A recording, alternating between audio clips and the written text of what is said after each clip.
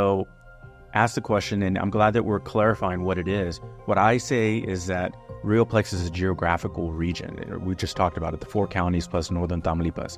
And it's important for people to understand it is not to replace entities. It is, like you said, it's a branding initiative for the reason that, and we see it on the EDC side, we see it when we're out at trade shows. When people ask, we see it when we go on vacation. People ask, where are you from? I'm from the Rio Grande Valley. Or I'm from South Texas. Oh, you mean San Antonio? No, South Texas. Oh, you mean Brownsville? Yeah, around that area.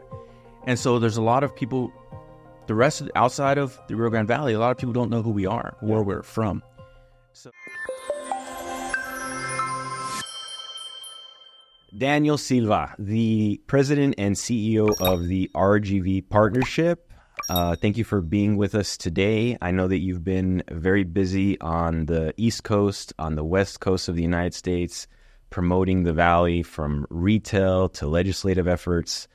I want to first start with the last big group huddle that the RGV Partnership put on that really impressed the entire state of Texas, which was the One Region, One Voice campaign announcement. You had the governor come down. How is that campaign going? Hey, Mark, thank you for having me. So yes, that gathering was spearheaded by us taking on this initiative of wanting to be the marketing entity for the Rio Grande Valley. There had been at the time some discussion on, well, who is going to be the entity that we can all rely on to unilaterally be able to market the community. We had Restec. We had South Texas Border Partnership at a point. Restec was being dissolved into the Rio Grande Valley. Restec was being dissolved into the Lower Rio Grande Valley Development Council, and a portion of it was going to COSTEP. But there was just a concern: who is going to be the regional entity? Well, the partnership's been around since 1944, so we felt that it made sense for us to step up into that position. And we actually had some cities and some counties ask, "Hey, can the partnership do this?" During the time from the economic summit to now, we've put together a marketing package. I actually just got my last marketing proposal yesterday, so we're about to choose a marketing entity, and now we're going to go to all the cities and counties and try to get their participation. The campaign is going to consist of us collecting data, having a repository of information, so that way if any EDC is trying to look to promote, there's going to be a website that they can go to. They can pull demographic information. We'll make stuff specifically for certain cities as they make requests. We're going to have collective videos. We're going to have collective podcasts and really just marketing material about the region that they could use as you're putting together their packet. We hope that these EDCs go off on their trade missions, that they go off to talk to other businesses and communities, and we provide them with a uniformed type of information, all from the same data source, so that way they have access to good information that everybody's going to be using. On top of that, we want to be able to promote successes all up and down the region. When you have Driscoll Hospital opening up, we want Children's Hospital opening. We want everybody to be applauding that accolade or applauding that success. When we have a new LNG coming into the Port of Brownsville, we want everybody talking about it. The problem that we faced when we were Restec was we would put together money and we'd go and try to do a blitz of media. It would cost a lot of money, but then something would happen in Mexico and it would trump all of what we did. What we're hoping now is, instead of just going to one outlet, we want all the cities to be able to, by quarter, as we curate, prepare this information, we give them the opportunity to everybody send out material on the same subject. And we feel that if we choose healthcare for this quarter, we're putting out all the success stories, we're giving out statistics, we're talking about health in the Rio Grande Valley. And as every city puts this out and through their social media streams, it's going to look like a bombardment of information, and everybody's going to be able to get excited about it. So the RGV Partnership, you have 4 counties. You have Starr County, Hidalgo County, Cameron County, and Willacy County. One region, one voice. I mean, you reverse engineer it, and you take the biggest cities, McAllen, Brownsville, Weslaco, Rio Grande City, and if they're working individually, it's it's been tried lots and lots of times. It's hard to bring big industry, and it's hard to get the attention of big players, right? So it's like, okay, well, in 1944, the RGV partnership, I mean, some people way before us were smarter than us to say, hey, we need to start working as a region. And that's back then in 1944. What did the region look like? Cities weren't as developed as they are now. So I know that the RGV partnership has historically had a lot of successes in pulling the region together in order to accomplish regional goals. Can you talk to us a little bit about like some successes that the RGV partnership has had for the region, and how like the One Region, One Voice campaign is just going to focus on continuing that historical trend? Sure. So back in a previous life, I was the EDC director in the city of Mission. We had a population of 87,000 people. So when I would go and try to recruit a company we'll take it on the industrial side, try to recruit a company, and they asked me, what does my demographic look like? I only had 87,000 people that I could show them. When I have that same conversation with a company, but looking at the region as a whole, I say I have 1.4 million people that they can look at. And so that's going to increase their base of potential employees.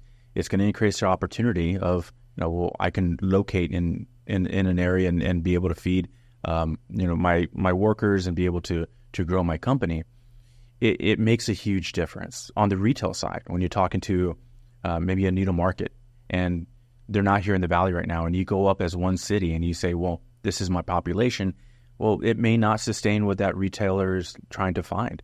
But when you go up and say, this is our region, 47 cities, you can locate in a couple of different cities. To them, it makes more business sense. The partnership was involved in a lot of things that I think have helped structure the Valley and grow us. We talk about the MPO being merged. That was important. We got behind that. We provided marketing messaging. We brought people together. The university system, creating UT RGV, it was huge, and the partnership was at the table.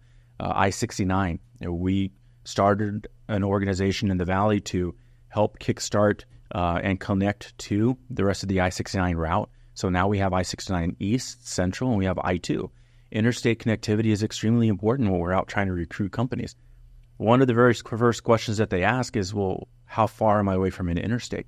And prior to I-69 coming to the Valley, we could not answer that question. We could say, well, we have highways, but it wasn't, and they're very systematic. Going down their list, if it doesn't have interstate connectivity, it gets tossed aside, and we'll look at 20 other sites that do. So the partnership, we were instrumental in a lot of those, and we're going to continue to do that. The COG just recently announced that they're going to reformulate their transit authority. And what that's going to allow for us to do is to start looking at rail, commuter rail. And that's important. So if we can have commuter rail from San Antonio to the Rio Grande Valley, imagine how that's going to change our landscape. If we can have commuter rail from Brownsville to Rio Grande City with stops in between, imagine how that's going to affect our employment base. Now you're going to have something other than a private occupied vehicle, a POV, somebody driving a single car. The average driving time is about 17 to 20 minutes. That means that they're crossing multiple cities to get to their final destination of employment. Now they can get on a train. It's going to open up the avenues so we can have more employment in the region. Yeah, and when you said that, can you imagine a rail from San Antonio to the Valley? I mean, I got goosebumps. It's like, oh my gosh. And you think about people being able, drive time to work is huge. Huge. And in the Valley, I mean, if I have to drive 20 minutes to work, that's a long time, right? Right. In a bigger city, that's a blessing, right? 20 minutes. Right. But the region is growing and the drive time continues to get longer. And so the solution sometimes isn't necessarily, okay, well, let's get more cars on the road, or let's add more lanes, right? Let's remove sidewalks, add more lanes for vehicles. Big cities have historically always worked with rail, right? I mean, for over 100 years, right? Yeah, no, definitely. So something like that is extremely exciting. And hearing about the success that the RGV partnership, just a few examples that you've mentioned, there's not a lot of organizations or people sometimes that understand, hey, how does this stuff get done?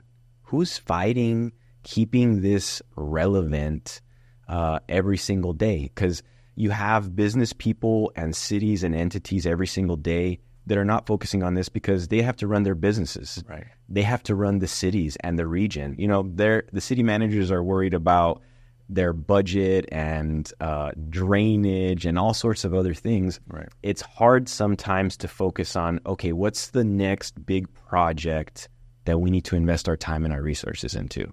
And so that is my personal view of how I see an organization like the RGV Partnership. You have to have people that are fighting for you when you're all focused on doing what you do best, right? Right. So recently, we talked about, ResTech. There's been organizations in the past that have come together, raised funds, brought people together and said, we're going to solve all the problems and we're going to market together, right? But for some reason, those organizations, their initial mission, they don't reach that goal for whatever reason, whether it's things fall apart, the goals change, or the environment, right? Right. So Rioplex was recently introduced and established by the Hidalgo County Prosperity Task Force, Judge Richard Cortez. Joaquin Spammer, a businessman in the private sector, he is kind of chairing the branding initiative. He, by trade, is an industrial developer. He understands firsthand how hard it is to bring some big industrial users. So I think that his focus on, okay, for the longest time, if you Google Rio Grande Valley, negative things come up, right? And these negative things are outshining all of the good things that are happening, and it's for the wrong reasons. And we can debate, but majority of the time, it's from the wrong perspective. Right. We live in a great place. Our cities are some of the safest cities to live in the country. And I always tell people, because they say, don't you live on the border? Isn't it kind of dangerous? I'm like, we have almost every federal agency, every state agency, and we have so many police departments. If anything, like, we're one of the safest places in the area. And so I think when we run into people that say, okay, well, is it not safe? We gotta split, change the tune of it and change the perspective. So Rioplex, to my understanding, is a branding campaign effort to say, okay, our region of the Rio Grande Valley, which we define the same region that the RGV Partnership covers, Starr County, Hidalgo County, Cameron County, and Willacy County. Well, Rioplex includes that, but now they're adding Northern Tamaulipas. And for generations, our economies have always worked together. We depend on one another, but we never brand ourselves that way. Right. And so there's a lot of confusion right now as to, well, is Rioplex going to replace CoStep? Is it going to replace the RGV Partnership? And so let's clear up and put the facts out. It's a branding campaign. Are you personally in support of it? Yes. So going back a little bit, when you talked about that through time, we've had different organizations that have taken a stab or have made strides towards doing what we're trying to do in marketing the region. But for various reasons, they were not successful. Sometimes they made accomplishments, but ended up not being ultimately successful. But I think a lot of it had to deal with the community buy-in and the community support. One of the benefits that the Rio Grande Valley Partnership has is that we are the Valley's Chamber of Commerce. So we are a partnership to work with all of these companies that are across the valley that care and share regional efforts and regional concerns. We advocate for them. We provide a voice. We collect their information. We support them. We represent them. And we're able to do it at the state and federal level. That is going to give us the opportunity to be able, one, to hear directly from the companies that are being affected, formulate marketing material and be able to promote and move forward, but best represent this region. So ask the question, and I'm glad that we're clarifying what it is. What I say is that Rioplex is a geographical region. We just talked about it, the 4 counties plus northern Tamaulipas. And it's important for people to understand it is not to replace entities. It is, like you said, it's a branding initiative for the reason that, and we see it on the EDC side, we see it when we're out at trade shows. When people ask, we see it when we go on vacation. People ask, where are you from? I'm from the Rio Grande Valley. Or I'm from South Texas. Oh, you mean San Antonio? No, South Texas. Oh, you mean Brownsville? Yeah, around that area. And so there's a lot of people, outside of the Rio Grande Valley, a lot of people don't know who we are, where we're from. So this initiative carried out by Judge Cortez and Joaquin spearheading it was because Joaquin travels overseas. He goes to China, he goes to Korea, and his biggest concern, and he tells me when he's over there, people don't know where the Rio Grande Valley is. And at the same time, we have partners, as you mentioned, partners in Mexico on to help our industrial development, to help our economy continue to be successful. You know, when the rest of the country is having issues, we're in a bubble, you know, because we can rely on this dual country economy, and it helps the valley sustain itself. So this effort, the Rioplex effort, is to be able to truly identify a geographical region, give it a name, and as we're out trying to promote the region, we can say we're from Rioplex. We're from the Rioplex region, and that's gonna, I think it's gonna help us because it does give support. It does give representation of Northern Tamaulipas. Does the Rio Grande Valley Partnership support it? We do support it as a branding initiative, and we will take it with our One Region, One Voice initiative, and it will be something that we can collect information from. We can point to. We can say this region is growing. This is what we have in this region, and so it'll help in our efforts. Yeah, I think that anytime you're able to say, well, our region, has a combined population of 3 million plus, 14 international bridges, 4 water ports, 7 international airports, a spaceport. Right. I think that if I'm personally picking, okay, which one do you want to be in charge of? It makes a world of a difference. I mean, some of the, I would make the joke, but it's not really a joke. When you're looking at bringing a company in, a lot of times the final decision is made. If a corporation is looking at expanding or relocating, the wife or the significant other helps make that decision. Am I going to go to an area that doesn't have a quality of life that I want? Am I going to go to an area that's not developed? And by being able to tout, when I was in Mission, I said, hey, we have South Padre Island. It was an hour and a half from where I'm at, but to your comment a little bit earlier, that drive time in Houston, it takes you an hour to get from the left side to the right side. Yeah. So by being able to tout those assets, it makes it for a much more attractive location when they have to determine, okay, how am I going to get my product in and out? I'm having product made in Mexico. How am I going to get it here? Well, we have international crossings. How am I going to be able to get it to other countries? We have the Port of Brownsville. How am I going to be able to, there's so many different assets that we have that once they start looking at this region, it makes a lot more business sense for them to locate here. And when you look at the industry right now, the effect of nearshoring that's taking place, and in Texas, the number one land port, Laredo, right? They're continuing to grow, but they only have so much more room to grow, and capacity at their bridge, and our capacity. I mean, I don't want to say the sky's the limit because there's obviously a limit, but right now our future is dependent on how aggressively we work together in master plan. Yeah, it's true. And so nearshoring is something that we've heard a lot in the last couple of years. And basically what it boils down to is the proximity. Companies are now looking at locating in Northern Tamaulipas across the river from us because it makes more business sense. Mexico has 47 different trade agreements all over the world. So one, we're their biggest market and they're going to be right outside our door. They benefit from some foreign trade zone agreements. They benefit from just a lot of different economic models that are put into place that make it business savvy, makes business sense. But at the same time, once their finished products are completed, they have other agreements with other countries that they can get their products out to.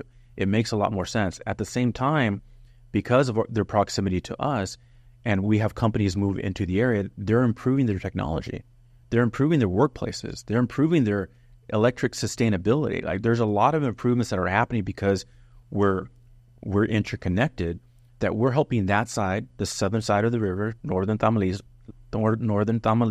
we're helping them develop into a more sustainable model, which is going to help us as a trading partner.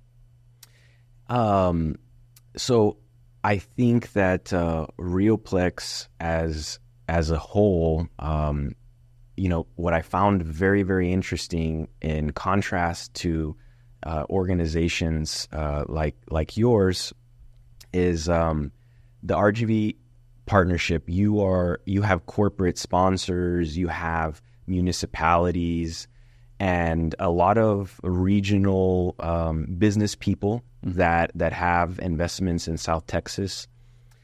Rioplex, one of the biggest questions is okay, how are we going to pay for it? Right. Now, if we're going to be also dependent from corporate sponsorships, et cetera, we're going back to, we're digging from the same pool, right? We're going after the same people. And a lot of the times we're duplicating efforts. Rioplex, the CEO group of the Prosperity Task Force for Hidalgo County, is CEOs across the region. And I mean, there's some very, very powerful people on that board, and they're saying that the private sector needs to drive and push the lever when it comes to economic development. Organizations like the RGV Partnership are only as strong as their private sector support, right?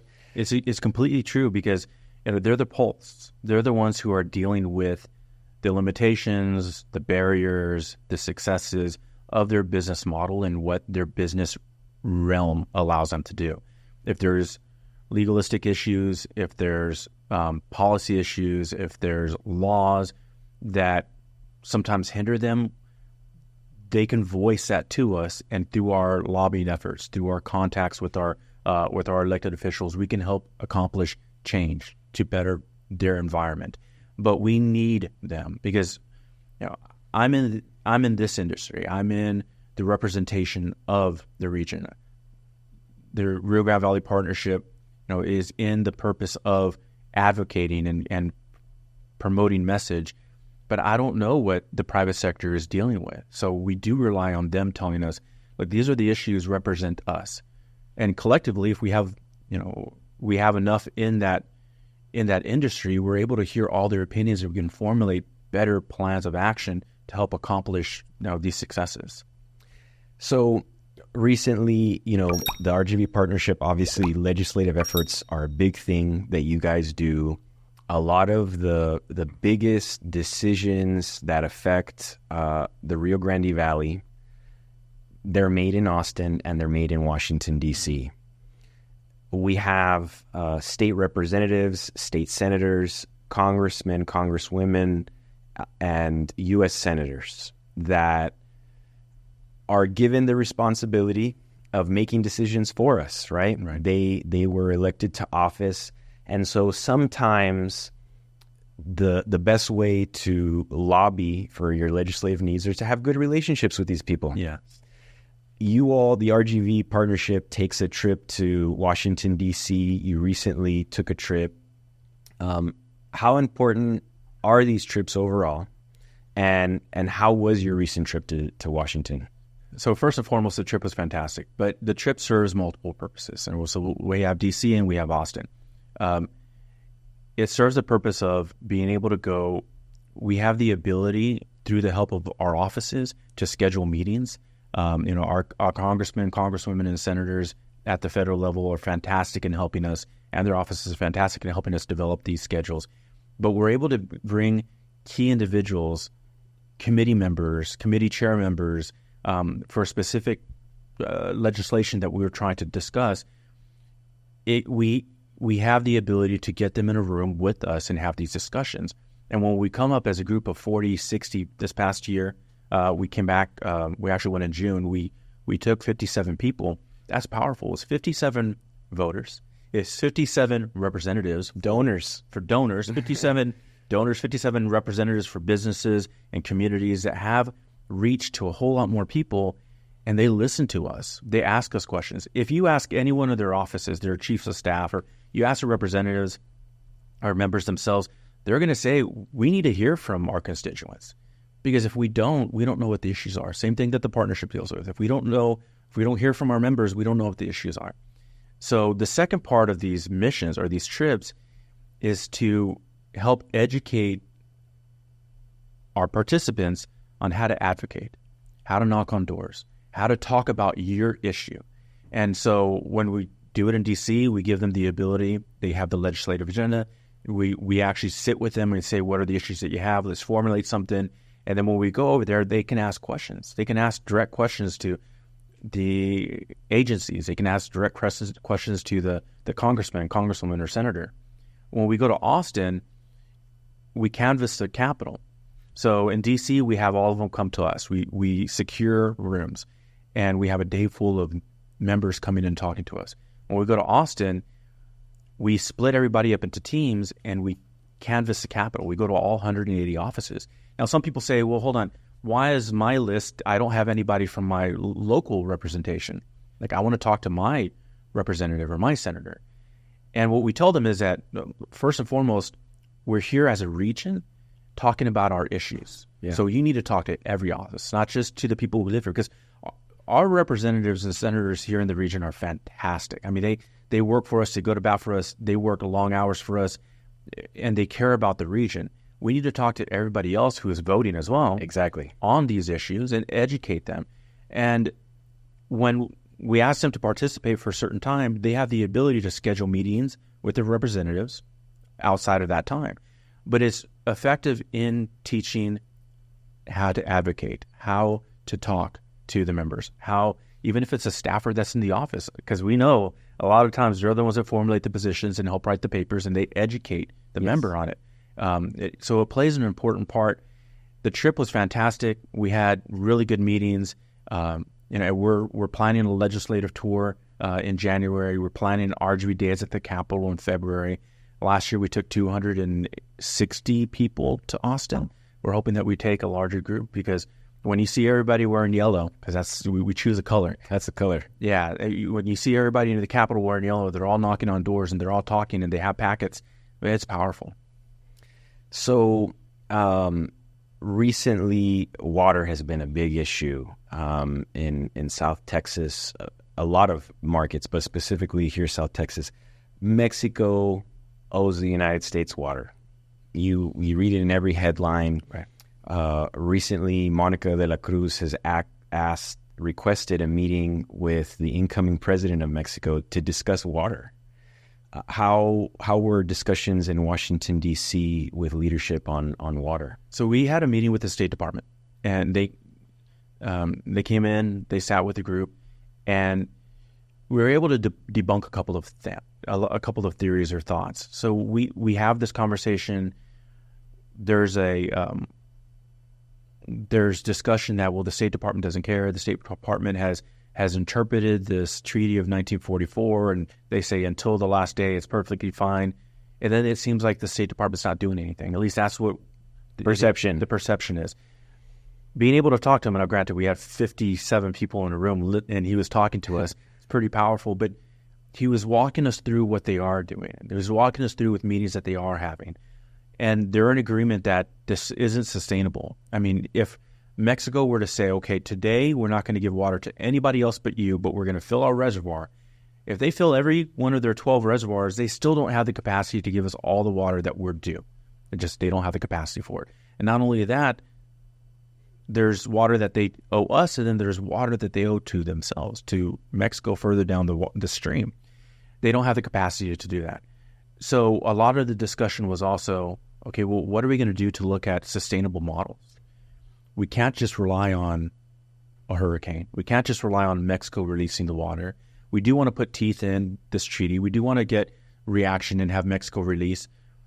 But help us with appropriations. Help us with policy. Help us with rules and regulations that allow for us to start doing things, invest in other modes of water, desalinization, brackish water, groundwater, like different avenues that we can be self-sustaining. Because if the cities can rely on that, then everything else that comes in can go to the crops, to the farmers, and that would make it a whole lot better of a symbiotic relationship.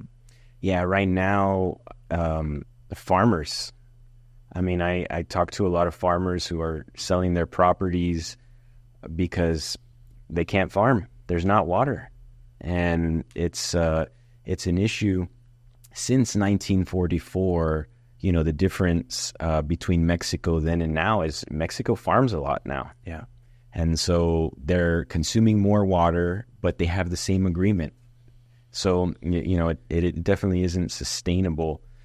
Recently, Congressman Gonzalez told the Rio Grande Guardian that since he's been in office, he's brought down over 500 VIPs to South Texas to give them tours, to show them the border wall, the economy, and to change their perspective. Overall, almost everyone that leaves after never have visited the valley, they always leave with a more positive outlook of South Texas. The RGV partnership, since its inception, has brought people to visit South Texas as well. You all have your legislative tour every 2 years of the legislative session. Overall, should there be more frequent events or efforts to bring people down to South Texas? So we do. We have our legislative tour that we have every session, and it makes a world of a difference. And I applaud the congressman for his VIP trips, because I can tell you all about the island, but you're not going to know what it's like until you experience it. I can tell you all about the pump house in Hidalgo and how beautiful and historic. You're not going to know until you actually experience it. So the legislative tour is important to get people to be able to come down and experience it. Most specifically, to get representatives and senators to come down and visit it. This past year, so in 23, we had 47 offices that came down. So 47 members plus staff.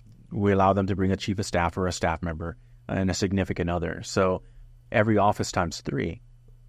We had them tour the region. It was in Brownsville, and it was in Cameron and Willacy County.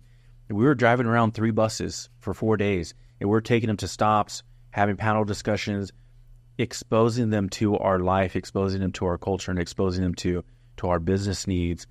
And a lot of them left with complete different interpretation of what the region is. There was even some who wanted to come down and they wanted to take a picture at the border fence because they wanted to send back some sort of, hey, look at me, I'm great. And when they got to the fence, it was in Brownsville, right next to the international crossing.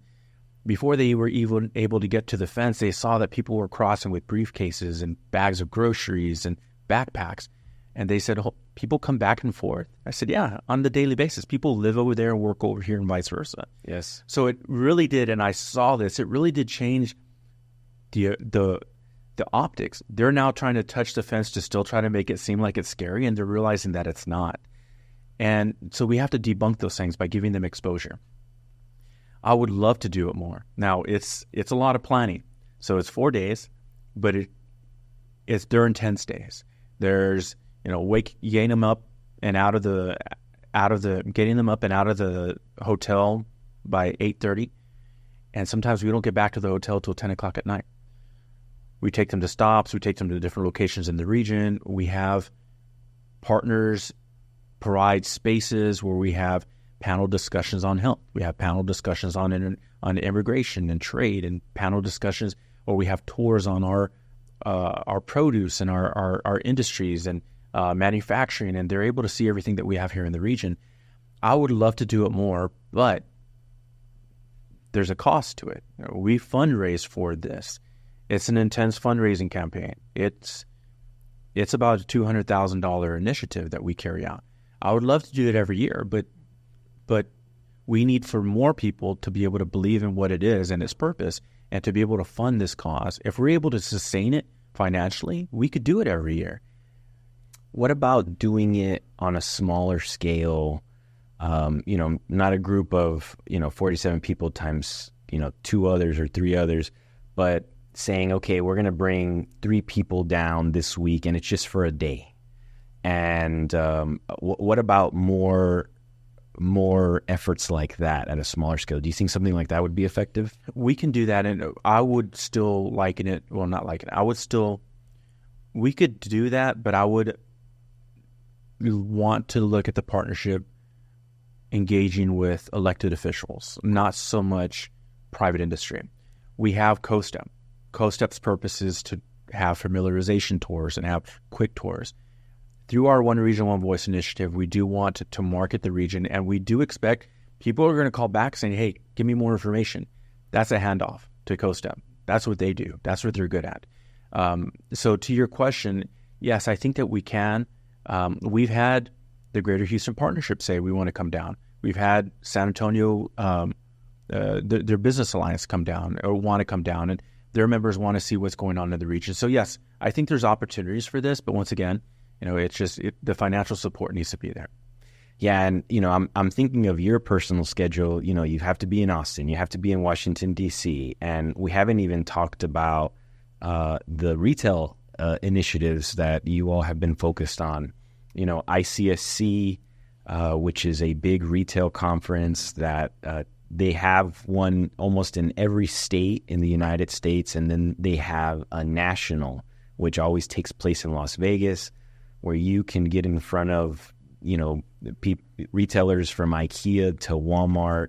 So a lot of cities, for the last 2 decades have been attending this. But again, when the city of Elsa shows up and says, oh, I'm Elsa, when the city of Edinburgh shows up alone, McAllen, etc., it is not as powerful as the region. And I think you guys kind of prove that. You talked about, let's start, I guess, with Dallas first. So the Dallas ICSC was, I believe, in February? It was, straddled. It was January 31st to February 2nd. Yes. So that's the statewide, and there's more state retailers. There's some national retailers there. That was the first, I guess, initiative where you said, hey, we're bringing the cities together. We're going to have a booth. Come to our booth. Use our booth. You don't have to spend any money, city, but show up and promote the Rio Grande Valley first, primarily. Talk to us how that went. So that initiative kicked off, back in my other life when I was an EDC director. I knew the value of going to these trade conferences. I knew the value of ICSC. The Texas one is important because those who attend the Texas on the retail side, they understand the market. They understand Texas. They're looking to locate, and they're familiar with cities, so they have their plan of attack. When we were getting closer to the Dallas ICSC, as part of the One Region, One Voice campaign, I wanted to bring the EDCs together because it's important for them to work together. People, there's the argument, well, retail is minimum wage jobs. And in large part, it is. But it's necessary to have that in this wheel of economics. It's important to have the retailers and the restaurants because that is part of quality of life. A company isn't going to come down, and an industrial company will not come down if they don't have the quality of life. The quality of life brings the residential. The industry will not come down if they don't have enough people to work in their facilities. And then if there's not enough culture being arts and science and and things that they can do outside of their typical day job, all of that plays an important part. So retail plays an important part in it because the cities use that retail sales tax to help police and fire and fill potholes and expand the city and provide resource. Now, the Dallas was important to go in as a unit, to go in as a collective because it is a whole lot more powerful. And we'll take Panda Express. When Panda Express decided to come down over a decade ago, they had to contact each city individually. and find out where do we want to go. So their real estate department had to do a lot of work, and a lot of them, they don't understand our economy. They don't understand our demographics. They don't understand our buying power. So they said, oh, the Valley is probably a 3 or 4 store market. And how many pandas do we have in the Valley? And still not enough. Still not enough. And so, I mean, in a lot of small cities, they want a panda. Now, what we're able to do by bringing in multiple EDCs into one booth is now that stop is singular. It's that company comes to the booth and they say, hey, I think this region, 1.4 million people, average buying power, yada, yada. I think it's probably a 6-store market. Okay, well, I have X amount of EDCs here. You can talk to them. It was a proof of concept, the Dallas one. It was like, I had an idea. We needed to get it done. I did ask for participation from EDCs that have normally gotten their own booth. I said, don't get your own booth. Let's split the cost and we'll do something. And some cities didn't. Some cities still had their own booth. And I understand why. You know, they needed a proof of concept. They needed to see what we were going to do. When we developed our booth and people saw the space and they saw the design, those who had their own booth said, next time we want to do it with you. So Vegas was our next. I in all honesty, I wasn't planning on having a booth in Vegas. We hold a reception to kind of kick it off and, you know, something for all of the Valley EDCs to come together and to tell their contacts, like if they're going to have a meeting with IKEA, hey, why don't you come to my party? We can talk, socialize. We normally do that. Well, because of what happened in Dallas, we had EDCs saying, we want to do this and we want to do it in Vegas. And I said, okay, but here's a price tag. To put the booth together, to get the space, the design, this is what it's going to be. Okay, we're in. And so I got 8 EDCs and a private company to say, we're in. Euro Architects said, we want to be a part of this also because we believe in it. And they helped fund the booth and we still did the reception. The booth was a 20 by 30 space. Now, there were still a couple of EDCs that decided to do their own still. But when they saw this wow factor, now the booth did not have a single Rio Grande Valley Partnership label on it anywhere. When you walked up to the booth through the main corridor, you're going to see a SpaceX rocket. It says SpaceX on it. You look at all of the imagery, you're going to have the McAllen Convention Center. You're going to have the island. You're going to have Brownsville develops. You're going to have it. So we included imagery from all across the region. We had TVs playing. We had 7 TVs, and they're all playing videos about the region. That wow factor was huge. When people who did not know who we were walked up, because it was about 20 feet tall, so it stood out amongst everybody. It was well lit. They said, who are you all? And when they realized, and we had a big state of Texas map, and we had a large blowout of what the Rio Grande Valley is, and we didn't leave anybody off the list. This is the Valley. These are all 47 cities. It started a lot of conversations. Yeah, I mean, the Rio Grande Valley, whenever I explain it to someone, I'm like, well, we're like the DFW, but like 25 years ago. Yeah. You know, and our area, I mean, you're on Interstate 2 and you're driving west or east. It's hard to tell when you leave, unless you're really, you know, snazzy. It's hard to tell when you leave a city. Yeah, right? Completely right. And so people who are not from here, or your average consumer, is not saying, oh, I'm not going to cross the McAllen city limit to go to another retailer. No. I mean, I think the city of FAR proved that with Topgolf. They landed Topgolf on, guess what? The boundary line, Jackson Road and the expressway to McAllen. Right. McAllen was a prime area for Topgolf to be located, but Topgolf realized, hey, the entire population's here, and this is the city of FAR. Right. So working together as a region, it just makes so much sense. Now, in order to land some of these big retailers, sometimes it takes years, and you know that better than most. So is the partnership going to continue this campaign at ICSC in Dallas and in Las Vegas based on your results from this year? Yes, I think that we need to. It's important. So if an EDC decides to go to Las Vegas, and we'll use Las Vegas because it's a grand event. I mean, you're talking about 40,000, 50,000 people that register and attend. They need to understand that it's a multi-year commitment. You can't go once and you can't say, I'm going to get my deals done, and if I don't get a deal done, it's not successful. Because I have seen I've dealt with firsthand companies that say, hey, you were here 2 years ago. We weren't ready, but now we're ready. I think your market is very interesting to us now. And because of how we're growing, how we're developing. So the partnership wants to continue this effort because we understand that it does take that initial and follow-up form of communication. But when they start to see us advertising and marketing the region, they're going to start seeing more opportunity because it's a completely different story when you have one city that says, well, I'm 50,000 in population, come to me. Or if I'm, like I said, 1.4 million people, because retail does not care about city limit lines, as we just talked about. They care about drive times.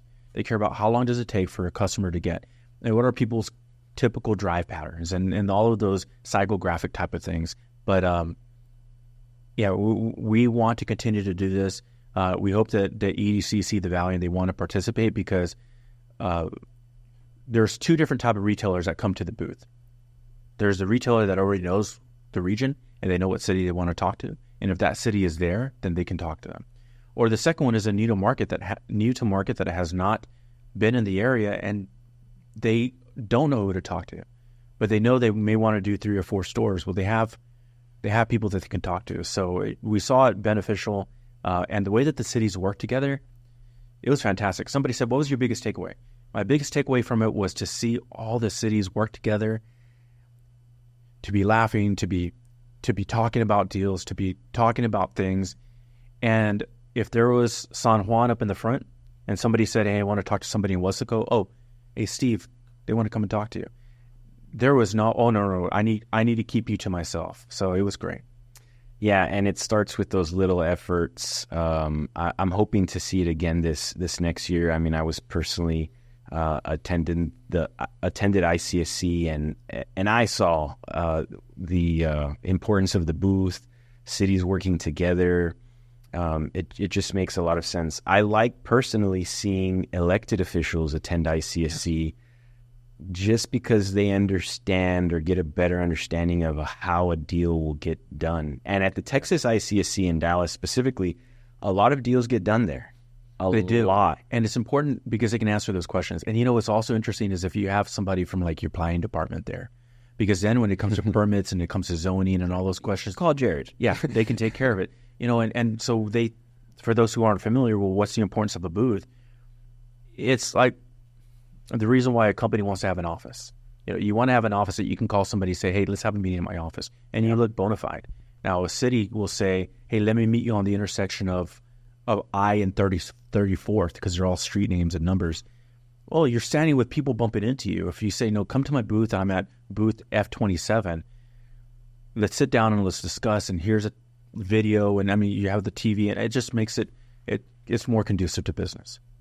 So I want to end with this. So since 1944, since the RGV partnership was created, it has operated, like you say, as the regional Valley Chamber of Commerce. Chamber of Commerce historically have they promote business, and they are a membership of businesses and the private sector. So a lot of the things that the RGV partnership is doing today are different from historical activities. Is the model, the mission of the RGV partnership adapting, changing? What can we expect to see from the RGV partnership in the future? So to answer that question, I guess first needs to understand what is the difference between a chamber of commerce and a partnership. A chamber of commerce's purpose is to create an opportunity for businesses to be members and come together in events, come together during mixers, get to know about each other's businesses, maybe be able to present during informational sessions so that people understand who's in the community and they can start to maybe cross services. And a partnership's purpose is to provide an opportunity for companies to come together, but to listen to their needs and to advocate for them, and to be able to take on initiatives that are going to help all the members across the sector. It's a regional approach. The partnership is continuing to do all of that. We just understand that there's a need for us to really double down on this regionalism, to really get everybody, our elected officials, our cities, to understand that Friday night mentality isn't going to get us anywhere anymore. I want to say there's been a big change over the last 12 to 18 months. Regionalism is a whole lot more in the news. I want to say that it started when we had our economic summit, and we said, hey, when we got 20 of the 47 cities, their mayors to come in and to sign, saying, hey, we get behind this. But I think we're all realizing, and we've seen different things happen in the region, like I said, the MPO, the university, the interstate connectivity, that we're realizing it strengthens numbers, and it makes more sense to be a part of this. We mentioned ELSA. When SpaceX when SpaceX is looking for employees as they're rapidly growing, they're able to pull from more sources. But when we're looking at the LNG and the construction companies, they're looking for employees within a 100-mile radius. That takes you to Edinburgh, takes you to Mission, and they're at the Port of Brownsville. So ELSA or EdCouch or La Via or Combs, they're going to benefit that their citizens are going to be able to work there. Average wage, $100,000, bring in more money back to the community, invest in the community. They love their community. They're not going to leave. They're going to expand their house or extend or buy another property within their community, and it's going to help that community grow. But to the question of, is a partnership adapting? I think, from time to time you have to assess what is the need. We're assessing what the need is for the region and what best represents our companies, and it's being able to bring more relevancy from the region, bring more human capital attraction, bring in more investment from companies. So that way we work really closely and we see all of our education systems. I'm talking about community college, a 4-year and above. They're doing great things to help provide education resources. Now we need to bring their companies down so that way we can tie them together. Daniel Silva, thank you so much for being here with us. Thank you for your efforts advocating for South Texas. There's never enough of it. So thank you for everything you do.